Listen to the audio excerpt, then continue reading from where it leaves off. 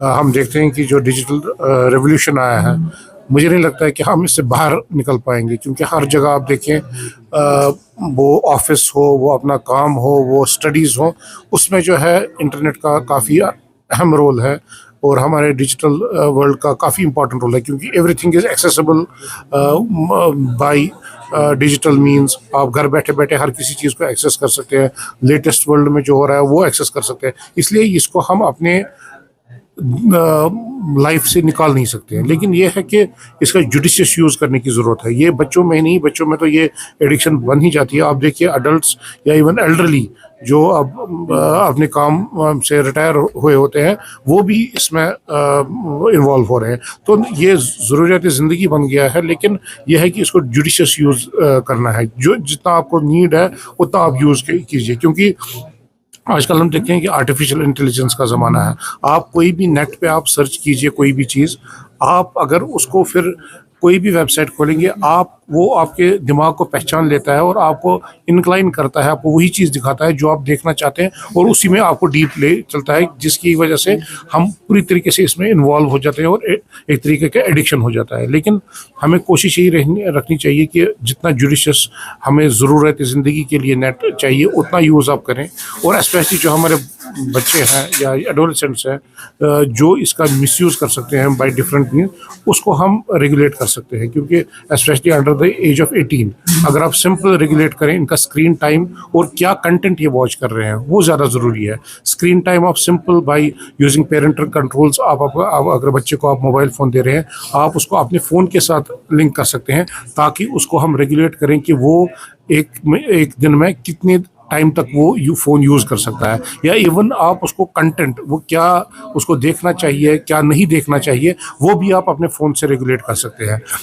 इसी को लोगों में अवेयरनेस करने की ज़रूरत है कि ऐसी चीज़ें भी इंटरनेट में अवेलेबल है। फॉर एग्ज़ाम्पल, आप पेरेंट्स हैं, पेरेंट्स अपने फ़ोन से अगर बच्चे ने ऐसी कोई वेबसाइट खोली है जो उसको नहीं देखनी चाहिए, वो अगर आपके फ़ोन से लिंक्ड है, तो आपके फ़ोन पे एक नोटिफिकेशन आएगी कि आपका बच्चा इस गलत चीज़ को एक्सेस कर रहा है, और आप उसको रेगुलेट कर सकते हैं। तो ये बेसिकली यही अवेयरनेस करने की ज़रूरत है हमें मासेस में, ताकि इसका इनजुडिशियस यूज़ ना हो। As we have seen the climatic change, इससे लगा कि ज़्यादा ड्राइनेस जो कफनेस हुई है क्लाइमेटिक रीजंस की वजह से भी दमा वगैरह इस तरह के पेशेंट्स बढ़ गए। देखिए, ऑब्वियसली हमारा जो यहाँ पे कश्मीर की अगर हम बात करें, तो यहाँ पे आबो हवा ऐसा है जिसकी वजह से जो है रेस्पिरेटरी डिसऑर्डर्स है वो काफ़ी कॉमन होते हैं। वो आप अगर विंटर में देखें, तो विंटर में हम देखते हैं कि वायरल इन्फेक्शंस की तादाद जो है बहुत ज़्यादा बढ़ जाती है। और अगर हम ओवरऑल देखें, COPD और अस्थमा की इंसिडेंस जो है वो कश्मीर में बहुत ज़्यादा है। इससे मल्टीपल फैक्टर्स इन्वॉल्व हैं, वेदर एक इम्पॉर्टेंट रोल प्ले करता है, उसके अलावा स्मोकिंग, या उसके ओवरऑल हम देखें कि यहाँ पे ग्रीनरी बहुत है। ग्रीनरी की वजह से हम देखते हैं कि पोलन का कंसनट्रेशन जो एटमॉस्फेयर में होती है वो काफ़ी ज़्यादा होती है, स्पेशली ड्यूरिंग स्प्रिंग सीजन।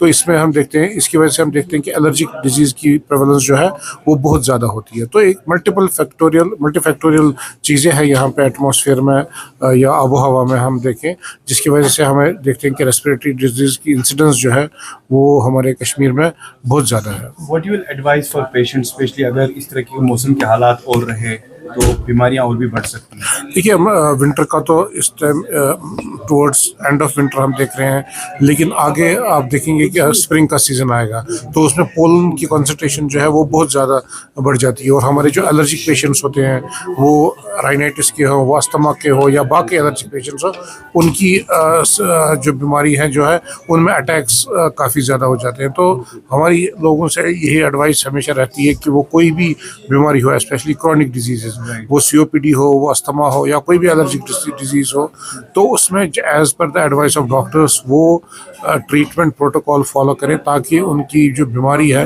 वो कंट्रोल में रहे, और जो अटैक्स होने का अंदेशा रहता है वो विंटर में हो या स्प्रिंग सीजन में हो, उसको हम मिनिमाइज़ करते हैं। क्योंकि अक्सर हम देखते हैं कि ऐसे पेशेंट्स उसी टाइम ट्रीटमेंट लेते हैं जब उनको प्रॉब्लम होती है, जब उनके सिम्टम्स आते हैं। लेकिन चूँकि ये बीमारियां, अस्थमा या COPD, एक कंटिन्यूसली बीमारी में मुबतला होते हैं पेशेंट्स, और जैसे शुगर का पेशेंट, ब्लड प्रेशर का पेशेंट्स होता है जिसको कंटिन्यूसली दवाई लेनी पड़ती है, तो ऐसे ही पेशेंट्स जो है वो ये अस्थमा के या COPD के पेशेंट्स होते हैं, जिनको ट्रीटमेंट कंटिन्यूस बेसिस पे लेना पड़ता है, ताकि उनकी बीमारी जो है वो कंट्रोल में रहे।